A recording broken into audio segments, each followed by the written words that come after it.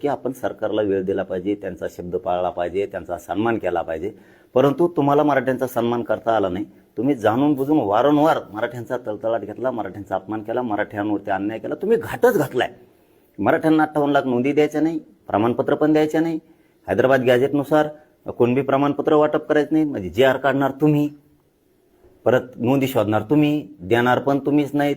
सातारा संस्थांचे, कोल्हापूरचे, औंध पुण्याचे गॅजेटियर लागू करायचे नाहीत. परत चर्चेला पण तुम्हीच येणार. केसेस मागं घेतो म्हणणार, चर्चेला पण तुम्हीच येणार. व्याज परतावे देणार नाहीत पोरांचे. EWS ACBC मधून पोरांना निवडी झाल्यात, नियुक्त्या तुम्हीच देणार नाहीत. चर्चेला तुम्हीच येणार. तुम्ही साथीच्या योजना बंद केल्या, चर्चेला तुम्हीच येणार.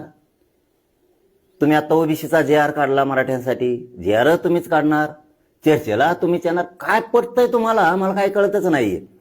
तुमचा गैरसमज तुम्ही आता त्यातून बाहेर पडा असं आमचं म्हणणं आहे. शिष्टमंडळाने पण आणि मुख्यमंत्र्यांनी पण की आम्ही मराठ्यांना